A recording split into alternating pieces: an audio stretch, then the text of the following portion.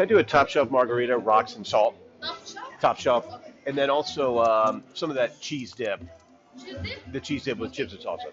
This call will be recorded. Damn straight it will be. Yes, indeed. I'm back at El Corcel. How's your day going? Great. Yeah, a nice long weekend here. And Very nice. So, I texted you earlier and said, hey, man, can you record? And the topic will be Wes Anderson movies, which I know we've talked about here and there. I've been sort of reluctant to turn it into an episode because, frankly, I don't know if I've ever been as conflicted about a filmmaker as I am about Wes Anderson. And I'm going to give you my spiel here, and then I'll get your reaction, and then we can talk about whatever. But I have to say that, have to start by saying Rushmore is my favorite comedy of all time. I still have the movie stub from 1998. I still have my movie stub taped above my writing desk in Los Angeles.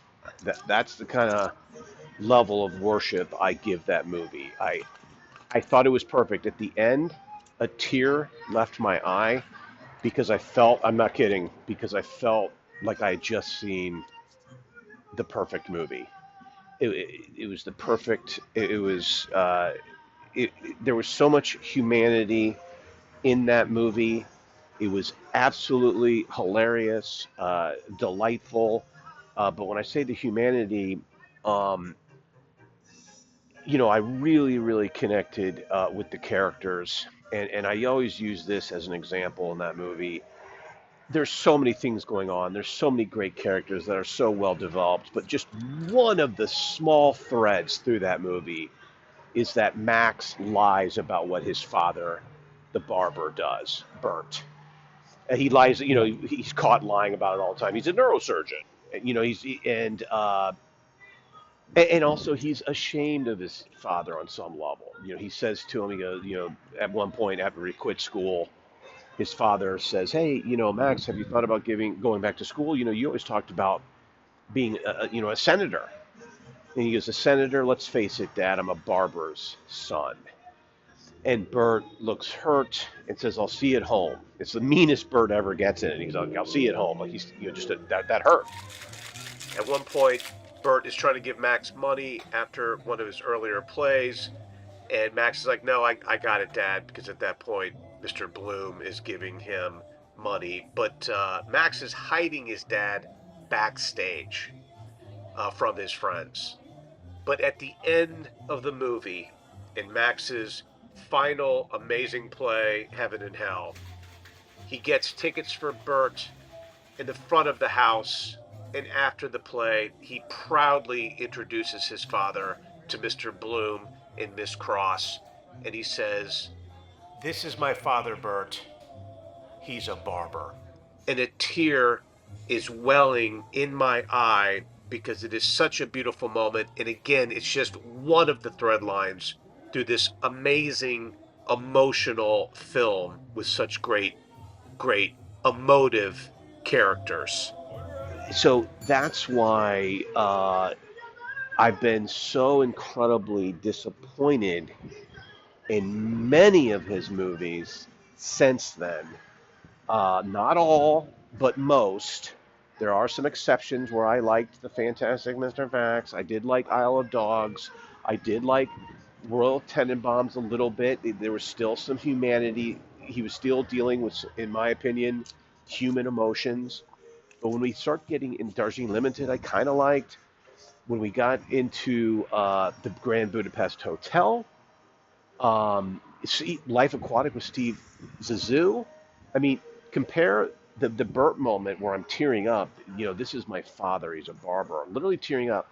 By the time we get to Life Aquatic with Steve Zissou, which I think is, a couple movies down, I don't care about anything that's happening. One of the characters dies. I don't even remember who, but he dies on a beach. I'm like, here's a character dying, like literally dying, and I feel nothing. I don't care because the performances and the direction is to keep these people completely, like, weirdly neutral.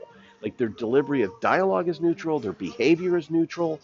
After Grand Budapest Hotel, you can tell I'm a little worked up. After Grand Budapest Hotel, I try never to tweet things that are angry, and I tweeted out, Wes Anderson has done it again. Amazing set design. I felt like I watched that movie, and it felt like I watched this movie on another planet. Like I was in a different society, like on Mars, and they're not quite human, but they're human-like, and I certainly understand what's going on, but they don't have emotion on this planet. And that's how I felt. I just watched the Phoenician Scheme this morning, just to kind of say that I did. And on some level, not on some level, on many levels, it's an incredible achievement. If I didn't know anything about Wes Anderson and you played that movie without the volume on, I'd be fascinated. I'd be like, "What is this? This looks like, oh my God, I'm blown away." But when you turn the volume on, it's the same, bland, dry delivery everywhere where and it's the performances are great. Like there's so many good things to say about it. Wes Anderson is a true artist. I really believe that. Like I see him as an honest to God true artist in a world where there aren't that many unique filmmakers. He's one of them. But I wish he hadn't gotten away from the emotion that I got from Rushmore, a little bit from Royal Tenenbaums, and then that's about it. Fantastic Mr. Fox, Isle of Dogs, still kind of dry delivery, but I just kind of enjoyed them. They were all right. But anyway, so that's basically, I mean, I, that's why I say I'm so conflicted. Like on one hand, he's like kind of a hero of mine. I mean, Rushmore, I worship that movie. I've seen it, so many times at this point. But anyway, so dude, I mean, that's kind of my quick spiel. Where are you with Wes Anderson movies in general, and then we can talk about specific movies or whatever, wherever it goes is fine. But yeah, what's your take? Um, I don't really enjoy his movies, but I mean, I don't think that's objective. I think it's pretty subjective. I don't get what everybody else is enjoying, and for some reason, it's not working for me. What about Rushmore? Same thing. No, Rushmore I really do like. Rushmore I find to be an excellent movie. Um, and I guess I'm trying to figure out why. I mean, one common thing going on here is those first three movies. Owen Wilson was like a writer on those movies. Absolutely, man. He co-wrote Rushmore, and he probably co-wrote Bottle Rocket too. I'm not sure, but he was, of course, starred in Bottle Rocket with his brother Luke, and I did see that before Rushmore came out, and I really liked it. It was quirky and funny. I don't remember it really well right now, like today, but I saw it back then. I was in film school, so I was ready for Rushmore, meaning I was kind of been introduced to Wes Anderson's kind of quirkiness, and I think some people, sorry to cut you off, but some people with Rushmore, they it was an adjustment to sort of, but for me, there was no adjustment necessary. I was on board with his quirky sense of humor. But yeah. So Owen Wilson, you think that it was that influence that maybe that was the sort of humanity in the writing, maybe? Well, I think you could also make the argument that those first three movies, um, Wes Anderson seems to be like identifying what he wants to do. Because I think there is a pretty big shift from Bottle Rocket to Rushmore, and then I think there's another big shift from Rushmore to Royal Yep. Tenenbaums. And I think by the time you're at Royal Tenenbaums, I think he's kind of like found himself. I mean, this is just my perspective, but that movie was where I started to say, yeah, like, I don't enjoy this. With Royal Tenenbaums. Yeah. I mean, I left the theater thinking to myself, I don't understand what I was supposed to get out of that movie. Like, I didn't have anything to take away I think it's like a bunch of characters, interesting characters, a bunch of interesting moments, and I didn't really have much else to take away from. I mean, a lot of interesting situations, but I didn't find myself getting anything out of it. And I think I saw Zuzu, and I just immediately I was like, yeah, this is like Royal Tenenbaums in the sense that it's just a ton of personalities and characters, and I don't really understand what's happening. Like, he does seem to be doing a lot with coming of age kind of themes. He does like interesting, sort of eccentric characters, and he likes to work with, he likes to have these, I mean, he's a character person, right? I mean, an interesting comparison is Peter Weir. He did a bunch of movies that were great. He did Witness. He did what's the Robin Williams movie about the school? Dead Poet Society. Dead Poet Society. He did this movie Fearless with Jeff Bridges. I remember that. I saw that. Oh, he did The Truman Show. Yep. Did you see Witness with like Harrison Ford? That's a good movie. I did, yeah. And dude, he did Gallipoli. I saw that in the theater with my parents. Gallipoli. I was so young, dude. That was one of his first, I think. And dude, that the ending, like, kind of scarred me, dude. They get fucking blown away on the last shot of the movie. No, Gallipoli was. Yeah, I was like, holy shit. But anyway, no, that's interesting. I mean, it's a weird comparison, but I'll tell you why. I think both of those directors are very interested in character, and their movies are, what makes their movies are the characters. But the big difference is that these Peter Weir movies, they are very structured, and the plot is very clear. It's almost like a simplistic but undeniable plot, like The Truman Show. Okay, he basically has this undeniable plot. It's a guy on TV, and the dramatic irony of everybody knowing that except for him. I mean, that's sort of this undeniable premise, and then you put some characters into this situation, and what do they do? And with Witness, same thing. It's like this Amish kid sees a murder, and then it's like, how does that cross over into modern culture, and how do the characters involved in that? What happens with that? I mean, everything is, and like, he really fleshes out these characters. The Dead Poet Society, what happens when a young, eccentric, lust for life type guy intersects with a career-minded prep school that is very rules-oriented. Just create this situation, and then explore the characters in the situation. Master and Commander, I think he did. Russell Crowe. But Wes Anderson is instead of putting the characters in the structured plot, he's just like, let's just look at the characters and never mind the plot. And I mean, I know his movies have plot, but I mean, he almost doesn't care about that. I think you're right in some sense. Like, he cares about the setting and the context of these characters more so than any kind of conflict or event.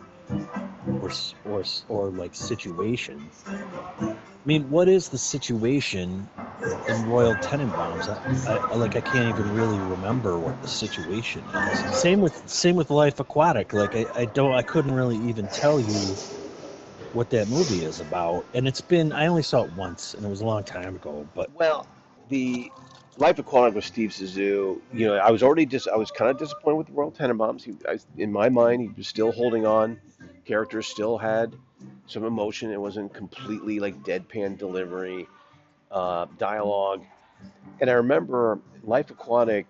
I remember sitting in the theater, and when they cut to to see the show the ship, the boat going through the water, and inside it looked like a dollhouse, and the characters were inside walking around. I was like, whoa. And I remember I was like, this guy is fascinating. Like and I thought at that time, this is an artist. You are looking at a true original artist's work. But again, it lacked any kind of human emotion that I could connect with. Royal Tenenbaums still had it. I saw it with my mom in 2001. She lost her husband in April of 2001. I lost my dad. Royal Tenenbaums came out in December. I saw it with my mom, and there's a line from Ben Stiller's character where someone says, how are you, or how are you been? And he said, it's been hard. And just the way he delivered that, and I remember that my mom reacted to that, and so did I. But so there was still sort of holding on to some of that, but I got to tell you one quick thing about the Truman Show, real quick. The original script to the Truman Show was very different. So I read honestly just like the beginning of it, but the Truman the beginning is Truman's like on his way to work, and Truman's overweight.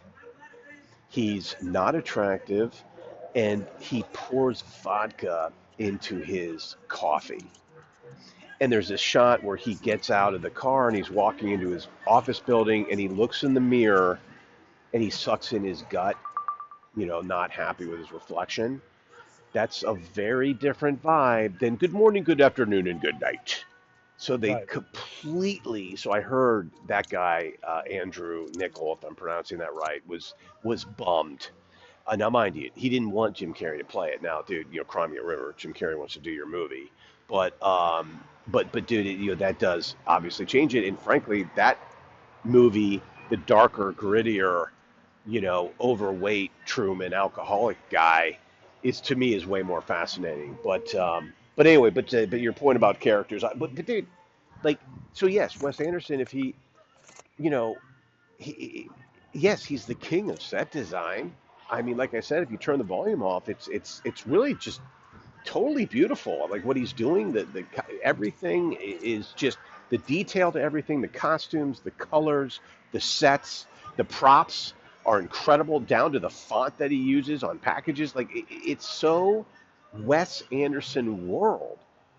But God, it's missing, like, in my mind, the most important element of a film, which is connecting emotionally to the characters and what's happening to those characters.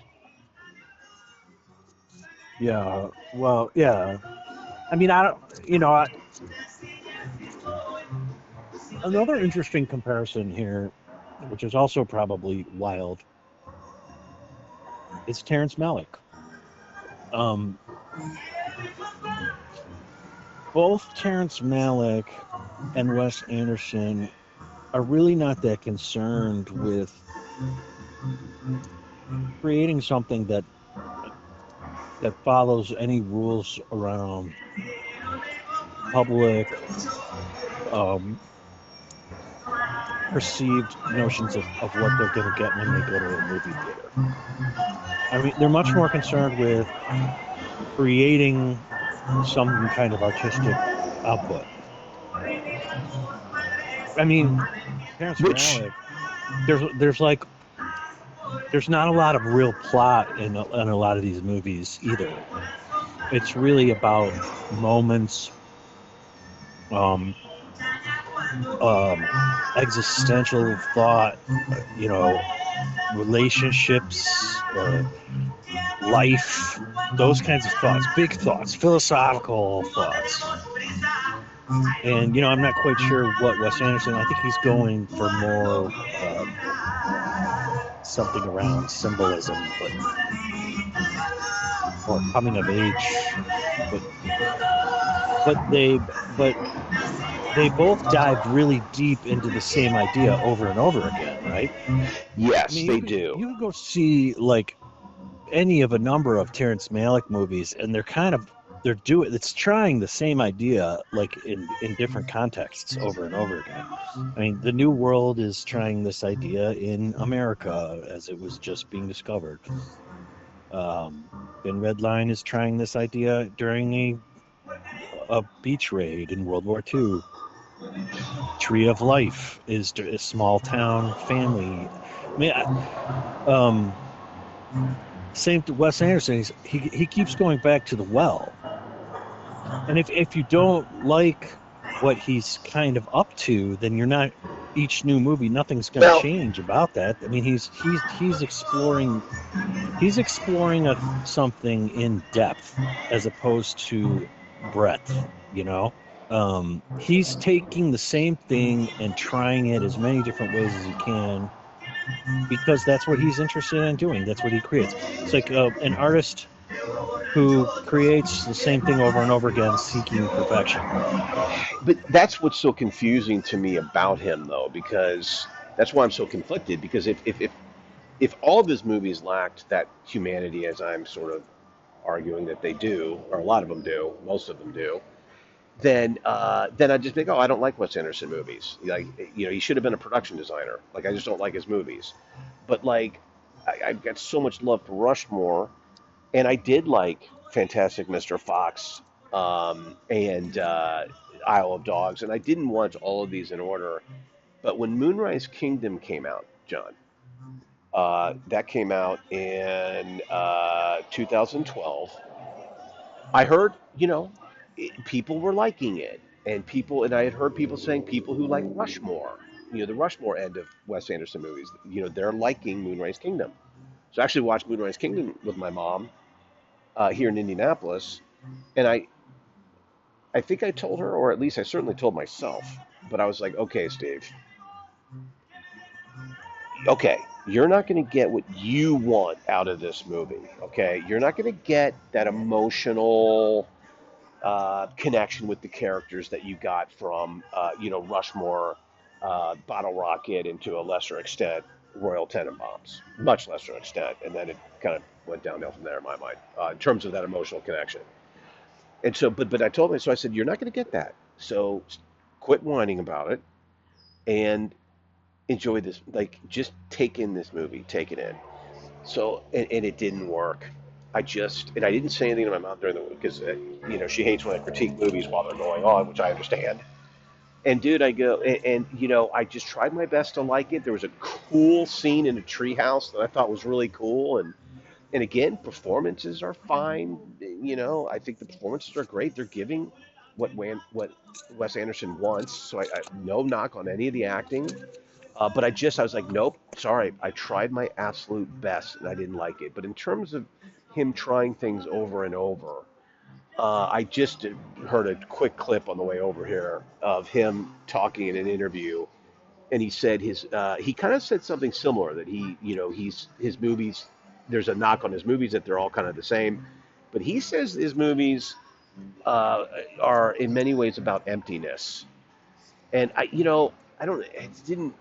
I'm not exactly sure what he meant by that, but that's certainly the emotional feeling I'm getting from them. I'm getting nothing from them. And dude, from the Phoenician scheme, I could just.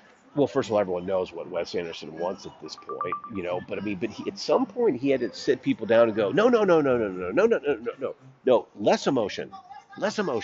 Just deliver the lines like you're just saying the words, and I know they're not just saying the words. The acting is way more nuanced and fantastic than that, but like I know at some point he's telling people that no, not emotional. Like you're Joe Friday from Dragnet, just the facts, ma'am, and that's how so much of it, like all the characters do that in the Phoenician scheme. Scarlett Johansson, she plays this character, and she's introduced late in the movie, and it's all this flatline delivery, all the characters are doing that. It annoys me, dude. But it would be wrong to say he might as well be a set designer, right? Because I mean, clearly he is successful. I agree. Well, He's won like Academy Awards, or he's been nominated, right? I mean, I was gonna say, and I feel bad saying this, but if someone tells me they love Wes Anderson, if they say they love all his movies, I'm like, I don't believe you. I think sometimes people see things that are different, and that's what they like, that it's different. But I would just want to hear someone who says, I loved the Phoenician scheme. I would say, I'm not. what did you love I about it? disagree. I Okay. think that there are people. I think he is successful, and I think he is doing what he wants to do. And I know for me, I just don't like what he's doing. But I don't think that means it's bad. I think it's just not for me. No, I think after I saw I think I saw Royal Tenenbaums with Jessica, Okay. and I think we were both kind of like we weren't really sure about it. Hey, John, can you hold on one sec? Yeah. Thanks. Can I do a top shelf margarita, rocks and salt? Top shelf. And then also some of that cheese dip. The cheese dip with chips and salsa. So you saw it with Jess. Yeah, and I think we were both kind of, neither of us were leaving the theater like, that was great, and like chatting about it. I think we were both a little perplexed. I think we both were a little let down, and I think we both were like, sort of didn't like it. I don't. It wasn't like we hated it. Right. Me too. I had I think similar it was more reaction. just like a little perplexed, not sure what to do with that. And, so the next day I went into work, and this guy I work with, who I like, who I talked to about movies and stuff. The movie came up. Oh yeah, we saw Royal Tenenbaums this weekend. Blah blah blah. How'd you like it? And I was like, I don't know. I didn't really like it. And he was like, I loved it. I thought it was fantastic. And I think a lot of people get that from his movies. I mean, Wes Anderson, he has a sense of humor that is pretty interesting. Oh. And I think the humor that is threaded through Royal Tenenbaums is emblematic. I mean, it's I'm not quite sure how to describe that sense of humor, but it's very sort of human and raw. And I mean, I don't know that I can watch an entire movie of that. Like, it just doesn't, like, I need a little bit more. I need something to chew on, a little meatier than that. But I mean, he's got a lot of style and not a lot of substance for me. I mean, I think other people, they're getting a lot more out of it than I am. Yeah, I am at a loss for what they're getting out of it, but I mean, they are getting out of it because he's won a bunch of awards, and like those movies are. I mean, he keeps making those movies. Everybody loves working with him. I mean, all of these famous actors. Oh, I know. Well, I remember we were talking about the Phoenician scheme. The trailer was so annoying. Yeah, because it's like, oh, another Wes Anderson. Yeah. Parade of forgotten actors. Oh my God! And also, I mean, no top actors. I mean, Bryan Cranston, Tom. I mean, dude, it was just star packed. But like, I remember I was thinking, I need to see if that movie's if it's possibly as annoying as the trailer. and it's not. But like, yeah, I just, to me, because I loved Rushmore so much, I feel kind of like betrayed in a way. Like I don't understand why he, that there's just, I understand sort of the move towards this, I don't know, maybe he would call it movies about being empty or just, emptiness of some kind. Well, Rushmore, I think the Owen Wilson component, there might be something there. Like, Yeah. I mean, where Wes Anderson was collaborating, he was probably forced to stick to a little bit more of a mainstream product. I mean, Rushmore is much more of a mainstream product than his other movies. It's a standard script. Like you could see any number of directors doing it. I agree with that. I could not see another director doing Royal Tenenbaums or Life of Zuzu. No, that's the Life Aquatic with Steve Zissou. That's why I call him a true artist. He is. I think so. Oh my God, he deserves all the respect in the world for being an original and true artist. Absolutely, dude. I absolutely agree with that. I also respect the notion of taking some concept and just doing it over and over again in many different ways. I think there's something really interesting about that, especially from an art perspective. What do you think that concept is? I'm curious. It's just depth. It's the depth of exploration on an artistic topic. A good person to talk about in this light might be Pablo Picasso. So I don't know what you know about Pablo Picasso. Not much. He had a very long career. I mean, I think he was painting into his 70s, or I don't remember how old he was. I know that John Lovitz played him on Saturday Night Live. Well, I mean, he was a little bit of a philanderer, but he was a prolific painter who, from the day he was born to the day he died, he was creating. He also went and successful in his time. Yes. Salt, please. Successful across decades, not just in his time. Like this was someone successful from day one to day and last day. And he also dabbled in many different genres. Some of them he's credited with leading or creating, like Cubism. He was sort of at the forefront of that. But by the time he was like 15, he was painting realism better than any of the realists were. Wow. And then he has what people call his blue period and his rose period. He's experimenting with colors. This cubism, he's experimenting with perspective. And eventually, at some point, he starts to settle in on a single style. I'm sure it'll be great. Thank you so much. Eventually, he settles in on a certain style, and that was what he ran with delicious. the rest of his career. But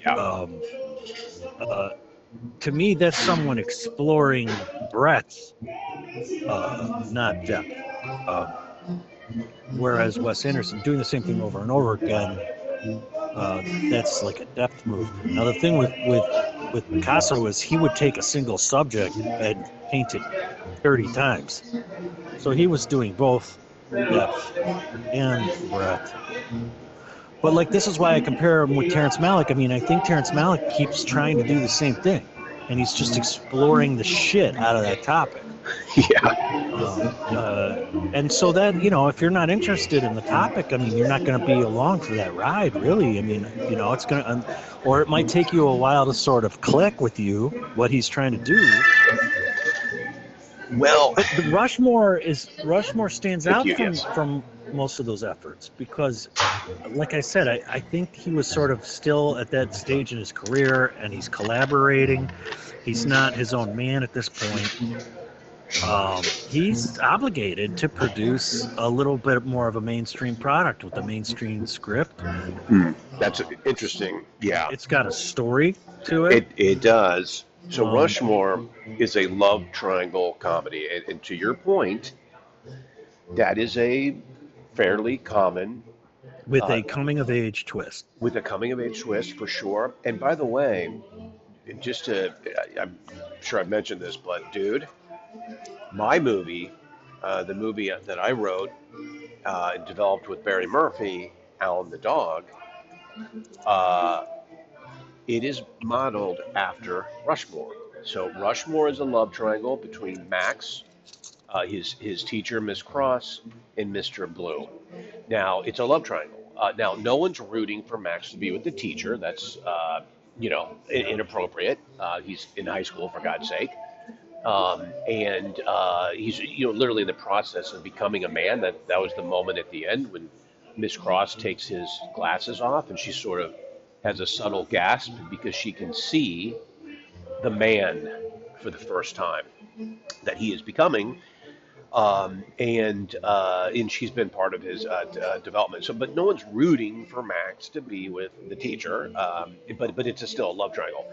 Now, in my movie Allan the Dog, it's a love triangle between the character that Sam Daly plays, Matt, the Alison Hayslip character, and Allan. So no one's rooting for the dog, Allan the dog, to be with the dog sitter. And yet it's still a love triangle. And just to wrap that up, dude, I literally took the structure from Rushmore, and I just loved the movie so much. And I just sort of based my beats on their plot points and act structure. So when Margaret Yang is introduced, God, every character in that movie is fucking wonderful, man. Dirk, Margaret Yang.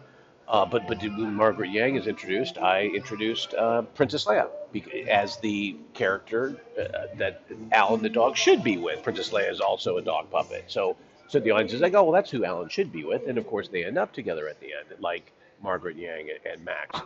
No one would ever know that Allan the dog, that I basically ripped off the structure to Rushmore. But that's how much I love the movie. But to your point, and there are, of course, you're sort of making the point that he's collaborating with people, and maybe that's why those three movies are a little different. And but and he's not quite his old man yet, Wes Anderson yet, and now certainly he's doing whatever he wants, which is awesome. But sorry, when I lost my train of thought. Hold on one sec. Well, I don't think I had. Oh, of course, you can see Wes Anderson all over Rushmore. In some of that dry delivery is there. There's this great line when Bert, Max's father, they're walking home, and Bert's kind of at the doorstep, and he says, well, Max, maybe you're, trying to do too many things. You've got too many projects. Oh, no. That's what Max says. Max says, maybe I'm trying to do too many things. Maybe I should just try to score chicks. That's the only thing that anybody cares about. And Bert says, no, Max, you're like a sea captain.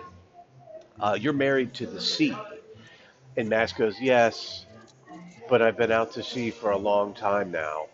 And that delivery is classic Wes Anderson performance. But in that, I love that moment so much. I'm dying laughing. So some of that deadpan is there. Some of that sort of robotic, dare I say, certainly becomes robotic in my mind later. But yeah, I just think it's just a huge, huge flaw in his movies.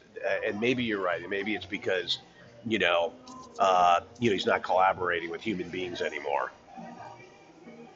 Right. Well, I mean, obviously that's not exactly what I'm saying, but I mean, the thing that I like about Rushmore is I think it's funny. It's hilarious. And I wasn't really laughing during Tenenbaums. I know there are moments that are intended to be funny. Gene Hackman wasn't making me laugh.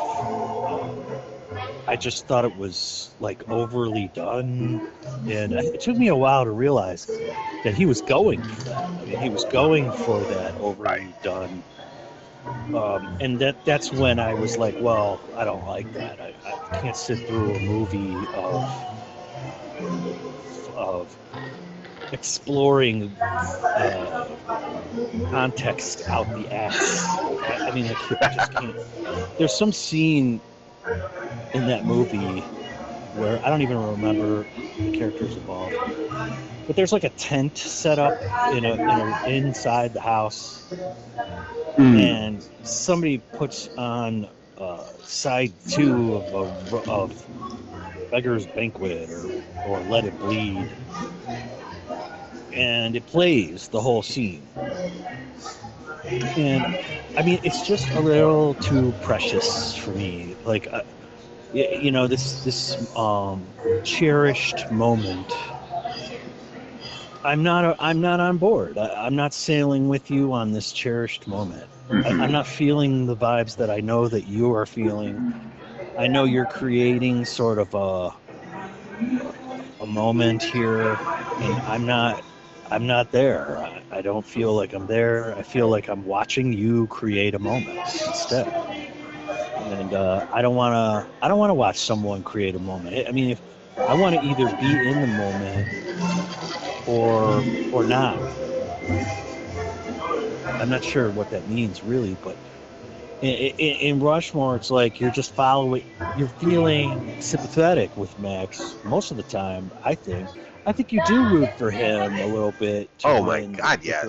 Well, you're rooting for him for sure. I mean, but you want him to be with some Margaret. Part of me is, I completely forgot about their ages, and I'm just like thinking about the characters and their situation. But, yeah, but that's the purpose of the Margaret Yang character, to introduce an appropriate love interest for Max. She's super cute. She likes him, and Yeah, but I don't care about that. I mean, I don't care what her purpose is. All I'm saying is, I'm inside of that. Me movie. too.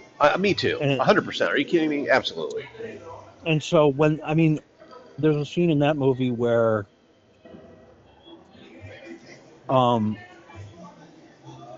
can't remember this scene exactly either, but I think there's that little kid that tags along, and Dirk. I don't know what he's trying to communicate something about. He saw Olivia with somebody else, and they were giving each other hand jobs. That was hilarious. He's writing that letter. He's like, they were giving each other hand jobs while you were taking a nap by the pool. Yeah. Yeah, and what's funny about that scene, that's a great line, but it's funny, it's hilarious. But there's an extra bit of funniness there because we're also sort of laughing because we're thinking about how Max is processing that information. I mean, first of all, it's like there's multiple things happening here. Like he's kind of fucking up. Like it's clear that he doesn't understand sex very well, but he knows sex things are happening. He's also, his delivery of it is sort of inappropriate or like not matching the content. And then we're thinking about like how Max is receiving this information on multiple levels. Like that's a lot for a moviegoer to sort of digest. And if you're inside of the movie, that's crazy. That's a great moment. I mean, you're gonna get, that's a fucking grand slam joke. Yes. I'm not inside the movie when they're having this like record player moment in the tent. So if there's no grand slams happening, I'm just watching a movie. I'm not feeling anything. Well, and so and that's because I'm connected to Max. I'm following him around. He's my avatar, so to speak. But that goes back to my initial problem, I think. Go ahead. I do want him to win. And I don't know who I'm supposed to be, who's my avatar in Royal Tenenbaums. I don't know who am I in this movie? Where do I fit in? I'm outside of it. And it's a little esoteric, and the things that the movie is enjoying, I'm not enjoying. Same with Life Aquatic. I'm not enjoying whatever it is somebody is enjoying here. It's not me. Well, And so whoever I just enjoys feel the like yeah. an outsider. Well, that's a great way of putting it. I feel like an outsider too because I'm just like I mean, the Phoenician Scheme, which you don't need to see it. I mean, the only two movies I haven't seen of his is The French Dispatch and Asteroid City, because at that point I actually got to the point where I'm like, I'm not going to see Wes Anderson movies anymore. But I wanted to watch The Phoenician Scheme before this chat. But dude, like I said, on so many levels, it's hitting home runs. It's absolutely an incredible achievement. Uh, the the design of it, the look of it, the performances, they're giving what Wes Anderson wants. The acting is excellent. There's no doubt about that. But it's just drained of any emotion. So when things get wrapped up at the end, I don't give a fuck at all about anything. I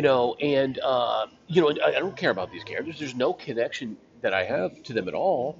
So I guess people who don't mind that missing element to a film can But get it on might not board be with missing it. for them, you know? It might not be missing for them. I mean, you're offering a subjective opinion and calling it objective. That's true. I guess I can see And that. here's another way to think about this. I've told you that I love these Terrence Malick movies, and you just simply don't. Well, You I don't did. like them. I came around. I mean, as you know, I tried to watch The Thin Red Line Yeah, like but I mean, 5 you times, had to be but I did kind of watch like it. dragged. You Oh, had to be kind of dragged, I and I totally think, had to be dragged. and so that just speaks volumes towards the movie. Just doesn't. I mean, it's not your style. It's not your thing. It doesn't do it for you. Yeah, but Probably right. I if mean, it's just. somebody told me, oh my God, it was so emotional at the end of the Phoenician Scheme when the Michael Cera character proposed to whatever her name is. It was just so emotional for me, and it was, and I'd be like, what? Like I just find highly doubtful. So is it But subjective? maybe it's not Yes. emotional. I mean, maybe it's not emotional the way that you are expecting it to be. I mean, look, the movie. I guess I mean it's a delight in I don't know. But anyway, I don't want to keep just repeating myself. But Well, we could talk about uh, relationships or like friendships. Um, certain types of people get along with other types of people, and they find emotion there because they get along with them. I just can't imagine it. I just cannot imagine someone going. What I love about Wes Anderson movies is the emotional connection I have to the characters. But just because you can't imagine it doesn't mean it's not happening. I mean, look, clearly somebody is feeling good about those movies. Or they go just, see the movies. I think they like them, but they don't mind that element not being there. I know you're I saying know that. people that love Wes Anderson Yeah, and love his movies. But I don't think they would say the thing they love is the emotional connection I feel to the characters. Well, I don't know. That's too specific, but Well, you know what I mean? I mean, like, oh, I cried at the end of the Phoenician Scheme. Like, I could see someone saying, "Oh, I loved it. They're fucking amazing to look at, and they're so quirky and weird, and I love that." End of story. Like, I can get on board with that. You but know what why I'm do you saying? have to cry at the end of Venetian Scheme? You don't have to cry. I mean, you can gotta get a sense of closure. You have to feel something, in my opinion. But it doesn't movie. have to be crying. And dude, like I don't, I haven't seen a bunch of Terrence Malick stuff, but I do have to say, I did finally watch the Thin Red Line. I did start and stop it like 10 times. But dude, I was on board with it. Like, I didn't. I felt stuff in that movie. It's this Wes Anderson deadpan. I mean, if you're Joe starting Friday and stopping it 10 times, I know. it's not that great. It's just not that good. I'm not saying that he's What my movie do you start and stop 10 times? I mean, you're forcing yourself to watch it. I did force myself to watch it because you like it, and I just wanted to finally see it. But I think at some point it's okay for you to say this isn't for me. I mean, Yeah, no, this I will isn't for say me. that Terrence Malick is not my by any stretch of the imagination my favorite filmmaker. Although I'll be honest with you, I do want to see Tree of Life. That came up the other day. I was talking to a guy over coffee. We were actually talking about Wes Anderson on Friday, and was that yesterday? Jesus Christ, it's been a long 24 hours. But It's very similar to Thin Red Line. It's the same type of mhm, pacing. It's the mhm. same type of informational delivery. It's even less linear plot-wise. It's kind of all over the place. Yeah. It's Well, a series of emotional memories. mhm. Like you're But not gonna. It's not gonna surprise you. It's the same. right, It's the same idea explored again.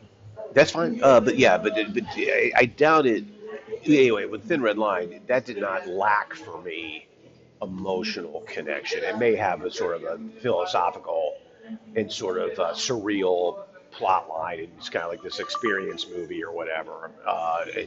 There's, but like, but it didn't. It wasn't drained of its blood. I want to say about Wes Anderson movies, he's like his movies are like vampires. There's no life blood inside them.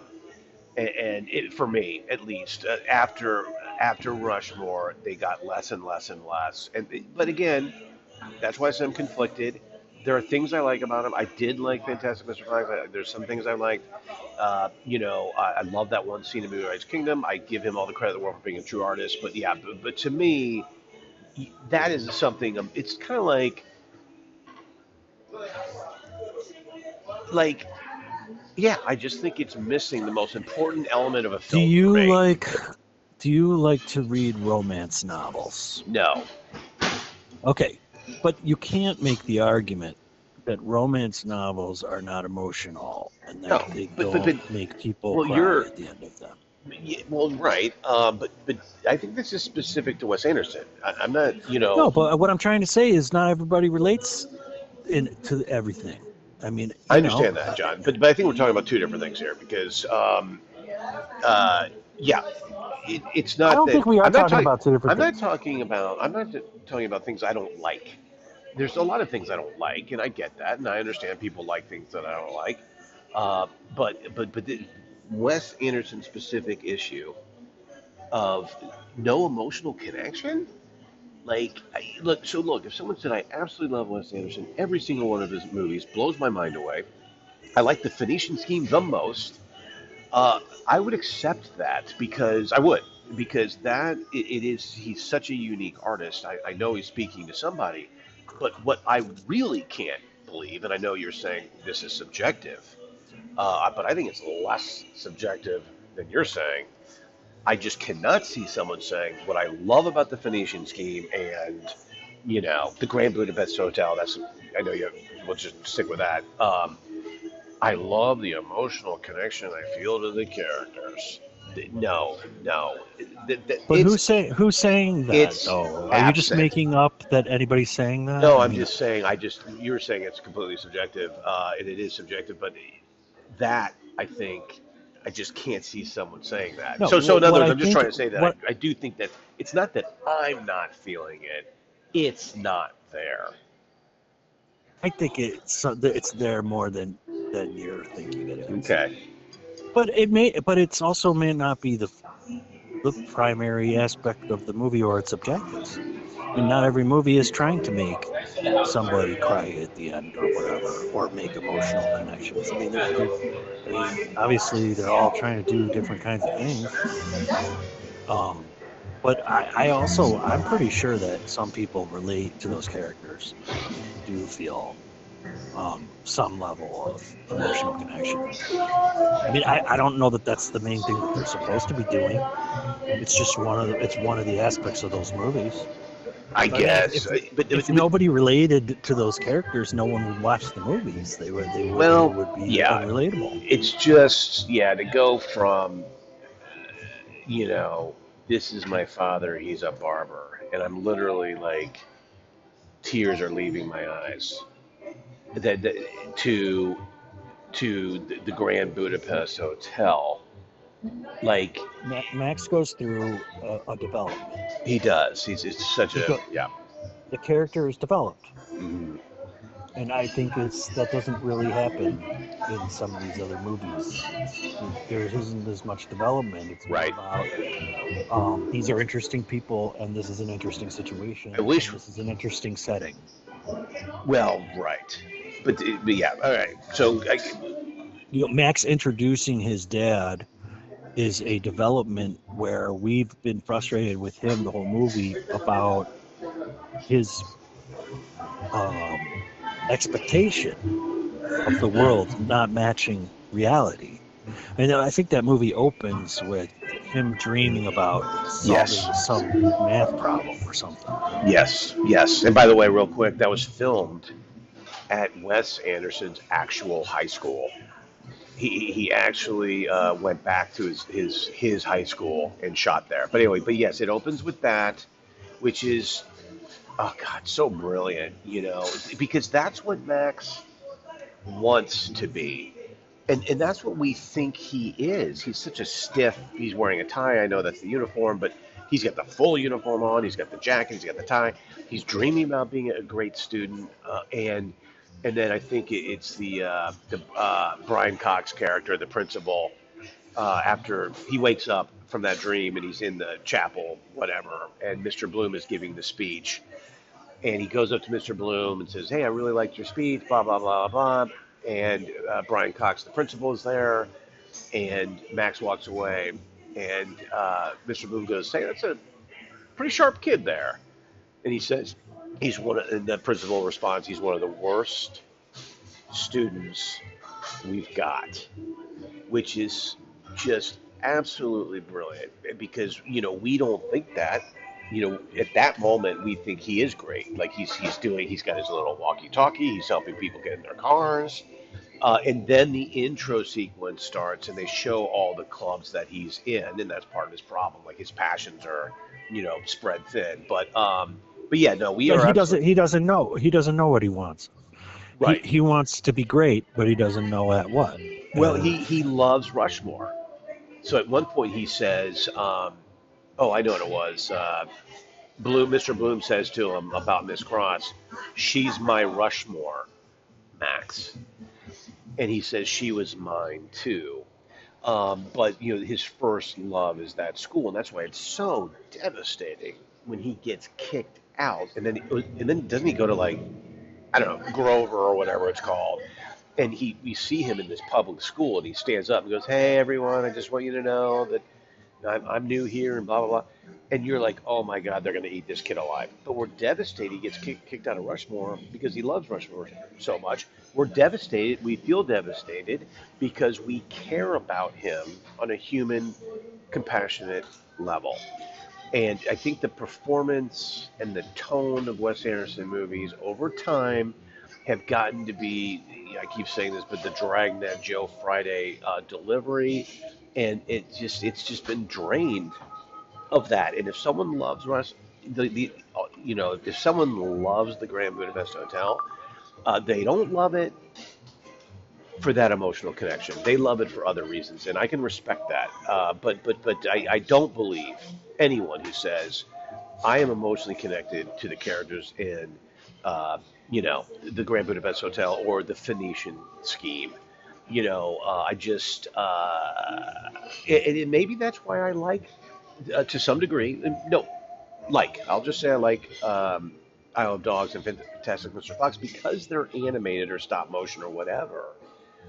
Maybe it's because, okay, I'm not looking at human beings because those dry deliveries, that dry, dialogue style, House of Games type stuff, as we've discussed, the David Mamet movie, Mm-hmm. that is still there in those animated movies. But maybe it's because I'm not looking at human beings, and there's sort of, it's sort of storybooky that maybe I'm more on board with it. but dude, I don't disagree with you, dude. About someone, I can see someone like, of course, I can see people liking things that I don't like, but I do not accept if the thing they like about Wes Anderson movies is that emotional connection, because it's just not there. I mean, the Phoenician Scheme, it's just weirdly lacking something that I think movies got to have. That movies But just because you didn't get that doesn't mean somebody else isn't. Well, that's I where we don't disagree. understand why you're being. I just Nah, that can't be. You're drawing too hard of a line on this. Yeah. Do you know what? Actually, when you were just talking just now, well, you're talking about Isle of Dogs. Isle of Dogs, yeah. And you're mentioning how maybe it's because these are animated that I'm Sure. feeling a little bit more. Or no, not feeling a bit more, accepting that I'm not feeling a little bit more, if that makes sense. Well, then never mind that idea. But that's kind of what I was. Did you know what, like, do you know what pareidolia is? You know what a Rorschach test is, right? I do, yes. Okay, so you show somebody a bunch of ink stuff. They're like butterfly. An ink blot. And you're like, oh, butterfly. One guy says butterfly. One guy is my, like a dick in my mouth. And you're like, what? Right. Well, point being that you read yourself into what you see, right? Yes. So in some sense, the flatter the character, the easier it is for you to read yourself into that character. The more esoteric or the more eccentric or the more defined a character is, the harder it is for you to read yourself into it. I'm trying to think of an example like Apocalypse Now, the Colonel, which Kilgore. Kilgore, nobody is reading themselves into this guy. He is an insane personality. He doesn't even flinch when the bombs go off. He doesn't care about anybody. He's the opposite of these flat characters. He's all boom-bast.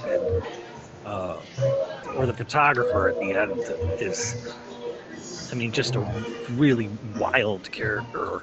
Yeah. The flatter the character, the easier it is to sort of read yourself into them.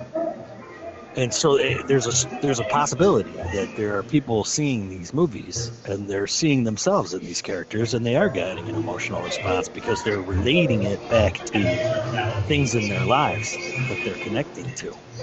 And the character is just a vehicle for them to feel those emotions. So in other words, the character isn't bringing them those emotions. They're attaching to the character and then unlocking those emotions that they already have, right? I'm just throwing this out there. I know. I think that's an interesting. Well, just real quick. I think that's. Yeah, I think that's. If these movies are about emptiness, then you put yourself into the empty spaces. I don't. It doesn't do it for me, but I don't have a hard time believing I think that's an interesting concept. Well, we always said, of course, I worked for The Bachelor for 16 years. ABC's The Bachelor, and one of the conventional wisdoms we had was don't have The Bachelor say a goddamn thing. Have him say as little as fucking possible. Yeah, because he opens his mouth and removes all doubt, as they say. Well, yeah, and also that's hilarious. But yeah, and also, women will read into that gorgeous chiseled jaw whatever they want to read, what they want. So that's what made me think of it. I think it's a hard sell. No, it's the same concept. Well, yeah, it's what made me think of it. But anyway, no, look, yeah. There's a lot of those characters in his movies are very quirky and interesting. Like, So I mean, it's kind of a hard argument, but it seems a little impossible to me to have such a hard rule around nobody. I mean, some people are relating to those characters. Yeah, well, clearly. Okay. Yeah, no, I'm sure that they are. But But I could tell you right now that I'm not one of them, and I know. I agree I with wish you we could. from the Literally, perspective. we don't know anyone, dude. We don't have any Pledge brothers who are like big Wes Anderson fans. Well, like my buddy Tony, I think he really likes those movies. Yeah. I'm trying to think. There's other people. I was reading that there was a Wes Anderson thread on Reddit a couple months ago that was pretty interesting. The people in the thread were really divided about him. Right.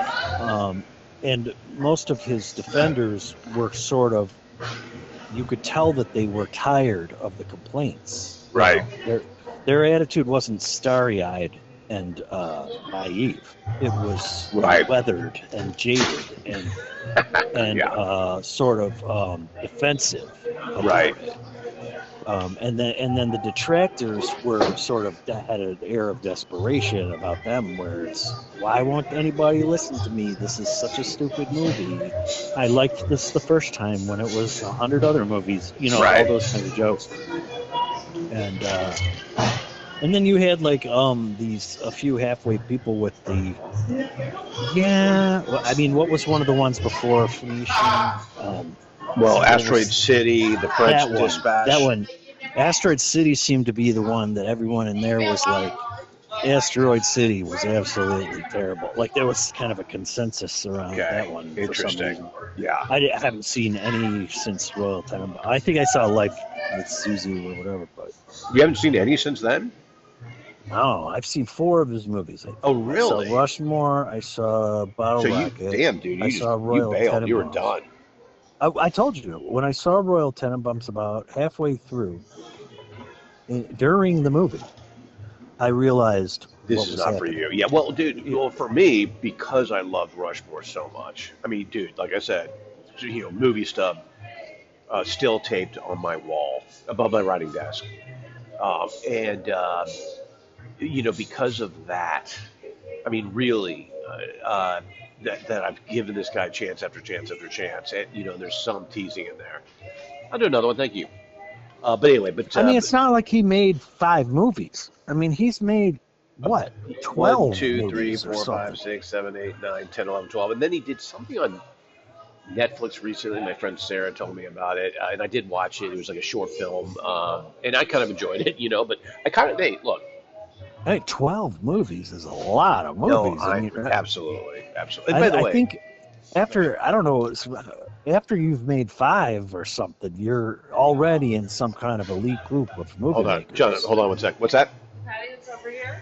Oh, it is through that door over there? Yeah, no worries. Are you working there now? You're telling people where the patio is? I guess it's so funny because clearly I'm not working. I got a margarita in front of me, but yeah, whatever. But maybe they think you're like the owner or something. Well, I'll tell you, dude. I've told you this. I don't know if I've told you this, but so sometimes when I dress up, people think I'm the valet. People think I'm trying to hand you your keys and shit. Basically, yeah, dude. It happens to me a lot, and also I like it. Sometimes I wear all black and like a dress shirt, black slacks. Everyone thinks I'm. So I actually like stopped doing it because people think like I work there. And I'm like, Jesus Christ, But like. But yeah, it's hilarious. You're giving an air of somebody who's... Yeah, dude, if I stand anywhere near the door, people come in and go, table for 2? I'm not kidding. It's fucking crazy, dude. And like, I get it. I'm gorgeous. I'm totally like a front of the house type of a, look. But yeah, but it's hilarious, dude. I'm like, but seriously, I'm a little bit self-conscious about it. Like, everyone thinks like I'm either a valet or a waiter, which there's no shame in that game. But, But anyway, I appreciate this. This has ended up. I didn't really think about it. There is something interesting about Owen Wilson. Love him. And his they kind of diverged after. I mean, I think they're still very close. Didn't they? They were like college roommates or something. I don't know. But he went on to do some other things with Ben Stiller and some other people. he's got a really good sense of humor. Oh my God. And Yeah. I think, like, at least, like, that's for me, Rushmore and Bottle Rocket. Like, I see a little bit of that Owen Wilson humor in there. Like, what's that movie? What with Ben Stiller and he's the fashion dude, Zoolander. Zoolander, yeah. I mean, he's fucking hilarious in that movie. Owen Wilson is? Yeah. And Will Ferrell, I think, is in that movie. Yeah. No, I love Owen Wilson. I love Owen That Wilson. movie is so funny. It came out. It was coming out on September 13th after 9/11. Okay. So that was the third. I think 9/11 was a Tuesday, and I think Zoolander was either supposed to come out that week or the next week. And they were like, "We can't release this movie." Right. I mean, you know, it's no one's in the mood, right? No one's in the right headspace like a to zany, go. Yeah. like give no fucks comedy. Like, there's just no way we can release it, so they didn't release it. Yeah. And they released it later. I mean, I don't know how much longer later. And I don't think it did that great, but I think part of the reason was the whole country was in a different mood. 100%. I think there was an Onion article that came out, and it was hilarious. It was like nation's summer memes are mad. It was something about, you know, all the things that people were talking about during that summer, nobody cared about anymore because of 9/11. That was a joke. I actually, you know, we can remember things we thought way back then, and because I loved the NBA back then. I was still a Pacer fan. I'm a Pacer fan now, but I was like, peak, awesome. Thank you so much. Beautiful. Appreciate it. Thank you. I remember thinking, will there still be an NBA? That's right. I literally was like, because I was like, are people gonna care about anything anymore?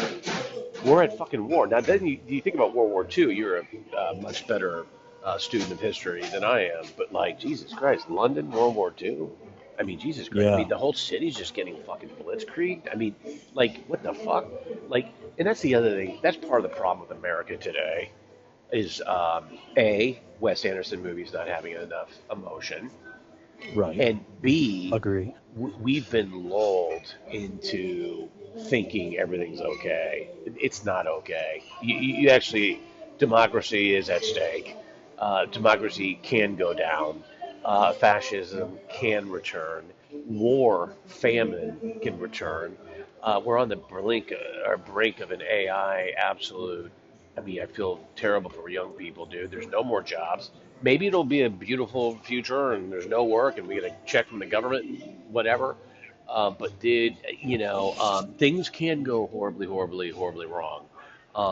And you know, they're obviously, my niece and nephew, they don't remember 9/11. They were alive, but before they started forming, they're not even weren't aware of it. But once you've been through some shit, you get humbled a little bit about about the fragility of things, and without that, you can let things slip because you just assume everything's going to be okay. Well, it's not going to be okay. Not with Wes Anderson out there still making movies. Just kidding. I do want to make it clear how much I respect that guy. You truly as a unique and fascinating artist. For me, the Rushmore has just been a little bit of a giant disappointment. But yeah, we should do an episode on M. Night. Have you seen all of his shit? He's another sort. That's a comparison. You like to draw comparisons. I sort of draw a little bit of a comparison with him. He's had an up and down career, but mostly down in terms of my enjoyment of his movies. Since I loved Signs, I fucking loved Unbreakable. I didn't. You are the one who loved The Sixth Sense, dude. You of course remember when after we saw The Sixth Sense, we talked in that video store parking lot for like an hour or two about the movie. Yeah. Too bad we didn't record that. That would have been our first episode. That would have been fucking amazing. I did really like that movie, and I think I like him more than most people do. Like, what was that movie, The Village? Do you remember that one? Yeah, the problem with that one was the twist was obvious. I knew the twist. I figured out the twist like way early. And that's part of this problem. Everyone's like trying to figure out the twist. Yeah, and like I didn't really even care about at that point. Like I was just kind of intrigued about the movie itself, and And I'm with you on that, dude. I was calling it's him. not like I think The Village is the greatest movie ever. It's not. But I don't. Everybody was so angry with that movie. I was, I'm like, I'm not angry. I was calling him Hitchcock. I Yeah, I seriously. mean, I don't know about that. But Well, I know that's kind of a gross thing to say, I guess. But I was like, oh my god, this is our generation Hitchcock. I think Sixth Sense was really well done. It's one of those movies where you know that he was polishing that thing in his head for years before he finally did it. So of course it's his best movie. I mean, it's a polished, chewed on thing, and then all of a sudden he's in demand. He has to just start cranking out ideas. He doesn't have any more polish. Although Unbreakable, I loved his. And again, this is not the hardest thing about movies. The hardest thing about setting up the world and the tone. But he's great. In terms of Like the feel of the movie. You mentioned Signs. Okay, I thought Signs was a good movie. I really enjoyed it. I think some of the things in Signs that you can tell he's trying to do didn't really work, but I still liked it. Like the whole swing away. Yeah, look, I'll just say this, and I didn't work. I thought it was stupid. So I'm not going to. And her putting glasses of water everywhere. Okay, so that didn't work for me. All I want to say is, with Signs, I loved it. I saw it 4 times in the theater. So talking about subjective, objective, everything worked for me. I mean, it just but then after I saw it, believe me, I saw it like 4 times, and I was going around wearing a Signs T-shirt, and on the back of it, I had it made. M. Night is the new Hitchcock. And I was walking around with my Signs shirt, and it said, "Ask me about signs." But somebody come up to you and remark about. And then I'd be standing in a bar and I'd be like, and they'd be like, "So what's up with Signs?" I'm like, "Oh, I've seen it 4 times." I'm like, and then they're like, and then at some point I'm like, and I do think that M. Night may be, and then I turn around and the back says our generation's Hitchcock. But so it worked for me. But then as people started bad mouthing it, and I was like, what? I was shocked. I just it worked for me big time. Well, Signs is a pretty good one to talk about because I think it illustrates what I'm trying to get at, which a lot of the complaint that people have about him is that he's a one-trick pony. Everything is a twist. Everything is a setup for a twist. And I don't think that's true. I think Signs, that movie does a lot of cool things. It gives you a sense of emergency. It makes you feel trapped in their house. Well, to see the alien invasion from the viewpoint of this, you feel like you're within that situation. Oh my God! When they see that shit on TV and they're wearing the tinfoil hat, and they're panicking, like the level of panic that they're having. I mean, you're sort of vicariously.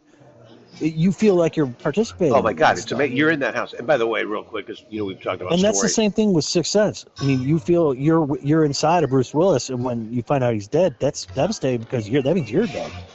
Spoiler alert, Jesus. But dude, just kidding. Shit. Sorry. Go ahead. I forgot what to say. Oh, I mean, Science does all those. As far as like a movie goes, it does a great job of doing all that stuff. Also, real quick, I don't know about Swing Away, Meryl. Like, that's fine. I can't defend all that stuff, but I'm saying it worked for me back then 4 times in the theater. But I think M. Night Shyamalan was like, "This is the killer line. Swing away. It's so important."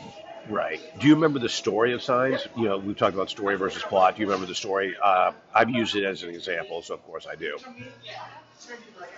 Uh, I can't. There's like a It's divorce it's happening, the and Mel Gibson's character regaining his faith. He was yeah, yeah, and that's it. That's yeah, the story. That's the story. yeah. And so yeah, and so at the end, you know, he's kind of abandoned his faith because his wife died, and then you know, people are kind of looking to him to go back to that sort of, you know, spiritual leader, and he's rejected it. But at the end, Oh, so it wasn't a divorce. It's that she dies in that she car dies in accident or a, she's whatever. pinned up against a tree, which is fucked up. And that's when she says swing away and all that stuff. But yeah, so at the end he's wearing the collar. He's back wearing his I don't know, preacher, minister collar, whatever. But yeah, that's the story. The plot is the alien invasion. Right. The story of Shaun of the Dead is him proving to his Sean proving to his girlfriend that he's a worthy boyfriend. The plot is the zombie apocalypse, and the just real quick refresh of story versus plot. It's the plot that enables the story to resolve itself. Otherwise, it wouldn't. So, in other words, if it weren't for the alien invasion, the Mel Gibson character wouldn't have regained his faith. The plot is the vehicle for the story to happen. And Shaun of the Dead, he wouldn't have an opportunity to prove to his girlfriend that he's a worthy boyfriend. And you could say winning her back, but that's more plot. If it weren't for the zombie apocalypse, because that's what enables Shaun to become a leader in that group. And it's the alien invasion and the whole experience with his wife and the swing away and the water and all that stuff. You is the vehicle for him to regain his faith. So yeah, that's just a little refresh. The plot is like the situation. Yeah. And I don't think that. I mean, I gotta go see a Wes Anderson movie again. It's been forever, but I don't think his movies have situations or stories. See, I don't know what is happening in those. It's just like characters walking around saying weird shit to each other. Like, yeah, that to me is just not as fulfilling. But you know, it's not. but there's a place it's missing for him. It's missing the story. I think is what I think that if I can borrow your terms, Yeah. I think Rushmore has a story. The story is Oh well, Max growing up, and you know we don't have that. I would say that's the plot. I mean, it's a good question. What's the story? I got to think about this. Yeah, I mean, Max at the end of the movie, like you said, he comes to grips with his father. Yeah, you know what I think it might be. So maybe what it might be is No, to me the plot is the love triangle. That's I'm about the to situation. literally almost about to tear up because the movie's so wonderful. It really is. It's an absolute Great director. great director. Every one of his 12 films nails it on an emotional level. No, but dude, it's about Max. I can't say this definitively, but I think it's about Max getting over his mother's death because you know the mom died, and at the very end. And the plot is the love triangle, and the plot is him growing. I mean, that's so it's. I just would phrase it a little differently. I think it's more specific than him growing up. I think the story is him getting over his mother's death because he's kind of broken at the beginning. He doesn't have a good relationship with his father, partly, I mean, we can sort of surmise, partly because the mom's not there anymore.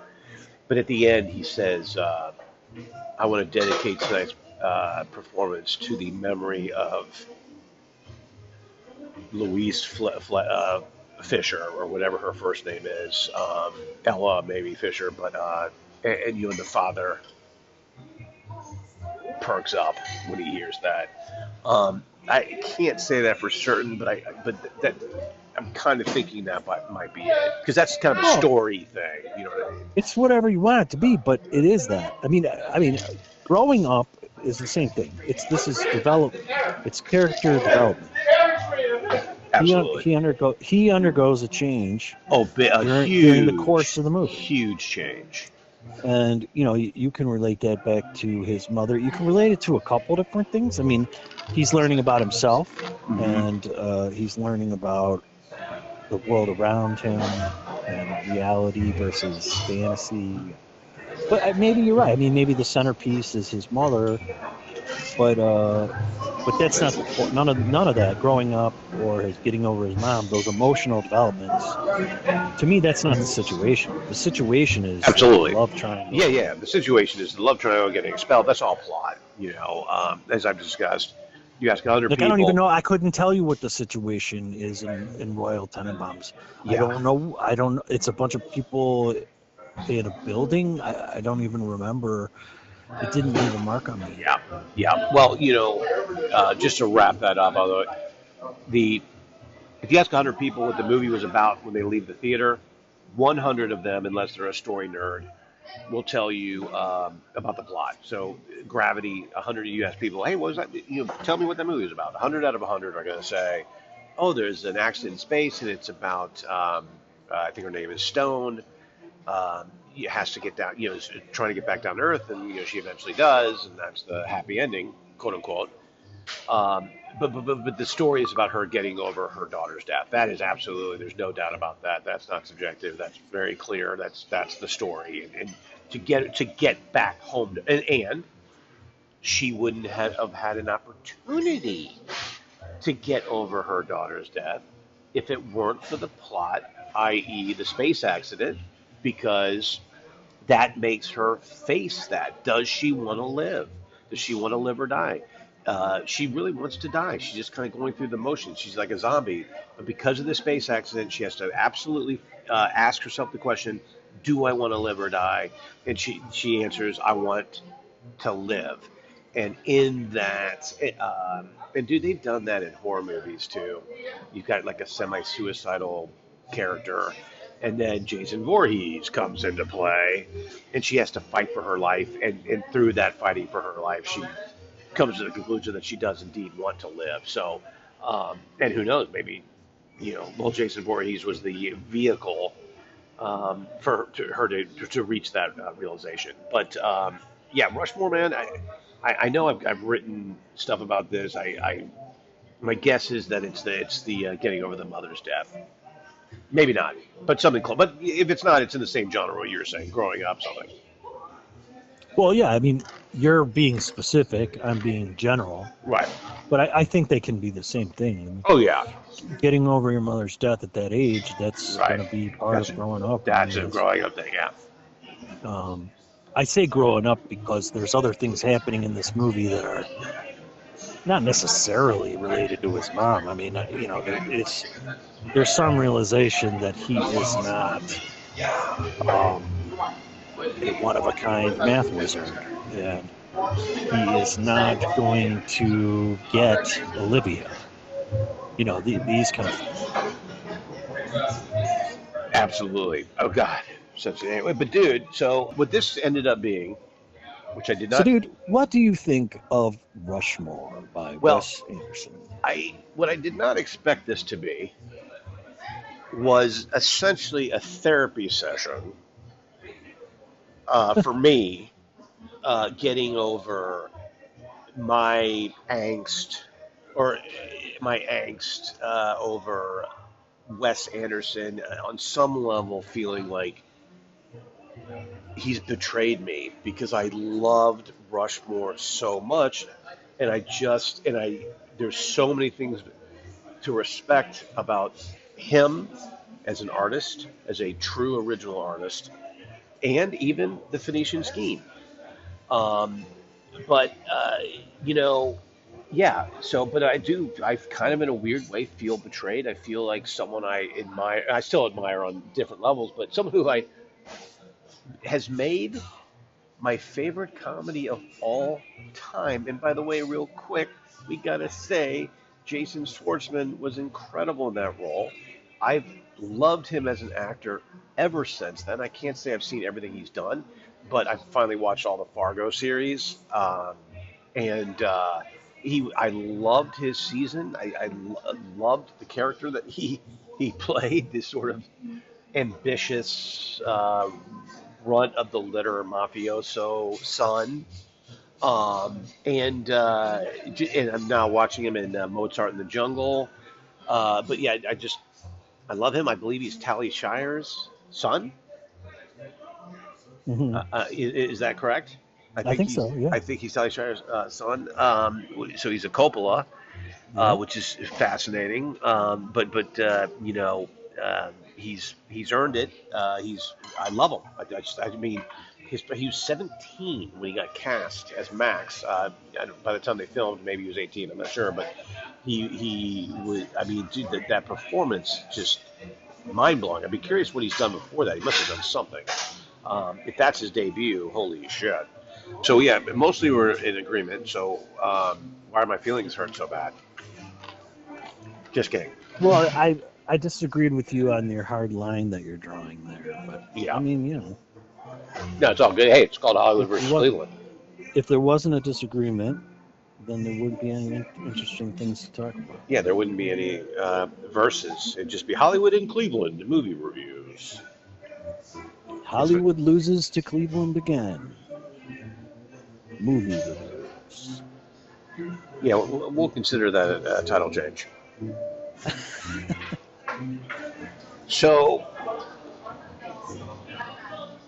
John, I promised you a story, a Hollywood story. So you know the movie Jacob's Ladder. Yeah. So, dude, Bruce Joel Rubin wrote Jacob's Ladder, and dude, that movie, it's old now, but it definitely had an effect on me. I mean, you talk about a twist ending. That ending blew me away. That's sort of been done now a few times. I would think if there was a movie that was similar to that, I'd be like, oh, I might have an idea what's going on here. But so, dude, at the American Film Institute, second-rated film school in the country, no big deal. I went there, and I always regretted I didn't get Matt Groening's autograph. He came with the Simpsons writing staff, and he was drawing homers and signing them. And I was so arrogant at that time. I remember thinking, I'm going to wait because, I'm going to meet Matt Groening at some point. Like I'm going to be selling screenplays $1 million a pop. I actually did believe that. I remember the way the way I thought back then, but which is fine. You got to think some crazy shit to give yourself the confidence to do crazy shit. It just makes life super disappointing later, and makes you feel like a total failure forever. But whatever. That's the exactly. price. That's the price. But even when I was still in film school, I knew I regretted not getting that autograph. So when Bruce Joel Rubin came with Jacob's Ladder, he's the writer. I had that script, like a bought script, like a TV or like a book in book form. But I had it. I'm like, oh, dude, I'm gonna have fucking Bruce Joel Rubin sign this bad boy. I'm taking this to the lecture. So after the screening and after he talked, students were hanging out. Not everyone, most people left, but there were some students. I would say about 15, 17 students kind of hanging out. But it was very quiet. So there was a little bit of a line to say hi to Bruce Joel Rubin, get his autograph, whatever. But not much of one. And but there were these little groups of students, film students, to my left and right. I'm in line to talk with Bruce Joel Rubin. Behind him is the screen. And there's just a group to my left, there's a group to my right. There's just students sort of scattered around. But it's very quiet. You can hear everything. Everyone's sort of talking in hushed voices. And so everyone can hear everything. And the guy in front of me, when it's his turn to talk to Bruce Joel Rubin, and again, there wasn't 10 people in line. There was only a few. But when the guy in front of me got up to him, he's talking quietly, trying to have a private moment with Bruce Joel Rubinson, and I'm going to keep saying that. Or is it Bruce Joel Rubin? I think it's Bruce Joel Rubin. It is. And but the kid goes, and he was a first-year student. I was a second-year student. I don't know who he was. I never knew who he was. But he goes, hey, I just want you to know, Jacob's Ladder is my favorite movie of all time. It's inspired me to become a filmmaker myself. And that's why I'm here at the American Film Institute. You set me on my path, and I thank you, sir. Wow. And he's like, dude, no, that's exactly what Bruce Rubin said. He goes, oh my God, wow, thank you so much. So now this kid starts walking away, and he's got a backpack. I always remember the backpack. So now I'm next. I got to follow that. Right. So I step to him. He's looking at me, and I go, and again, everyone can hear everything. I just want you to know, Well, Jacob's Ladder is the third best movie I've seen this year. That would have been funny. But I look Bruce Joel Rubin in the eye, and I go, I like the movie twice as much as that guy. And dude, Bruce Joel Rubin starts fucking dying laughing. I'm literally looking into his eyes. He was much taller than me, much older, much taller. And I'm laughing, he's laughing, and then all these students that were sort of congregating start laughing because everyone heard it. And I'm laughing full of joy. And I look to my left, and there's this first year student, and he turns back to look, and he's got his backpack. He's got like one hand on one of the straps. And I will never forget that look. It was the most hurt. Like, I just had a moment with Bruce Joel Rubin that meant way more to him, probably. I wouldn't be surprised if he ended up telling that story to people. Anyway, the kid looks back, and I literally, my face, I had endorphins flying because I'm making Bruce Joel Rubin laugh. That's my whole gig. You know me. I want to make people laugh because I feel so empty inside, like a Wes Anderson character. And dude, I literally was like, but dude, the joy just drained from my face. I was like, oh my God. But then to sort of compensate, I was like, fuck him. He left me no choice. That's kind of how I felt. You gave yourself an explanation that allows you to feel better about it. That's right. Thank you. That's exactly what it was. But literally, but I felt more for that kid in that moment than I felt for any character in the Royal Tenenbaums, The Life Aquatic with Steve Zissou, The Darjeeling Limited, Fantastic Mr. Fox, Moonrise Kingdom, The Grand Budapest Hotel, Isle of Dogs, The French Dispatch, Asteroid City, and most importantly, The Venetian Spain. But dude, I by the way, so what did you say? You go, I like the movie. I go, I literally said, my delivery was this. I go, I like the movie twice as much as that guy. It's like, it's so ridiculous. You just completely stepped on his moment. Right? He didn't even have time to savor. He literally was the moment. 7 steps away, 5, and literally, I bet he was thinking, he's like, I'm going to call Mom and tell her about this. Oh, dude. He's thinking about who he's going to call. But yeah, no, I ruined that fucker. But dude, thanks for chatting, brother. I really appreciate it, because dude, this is exactly what I wanted to do. I woke up and I was like, what do I want to do today? I'm like, I want to record. I want to record and talk about movies. And I didn't know what I wanted to do. And I was trying to think. I was like, it's going to be too much to try to get you to watch a movie real quick. And I was but dude, we had to cover Wes Anderson, and we did it. But dude, have a fucking great day, and thanks again. Okay, bro. Peace, brother. In the Middle East. Cheers.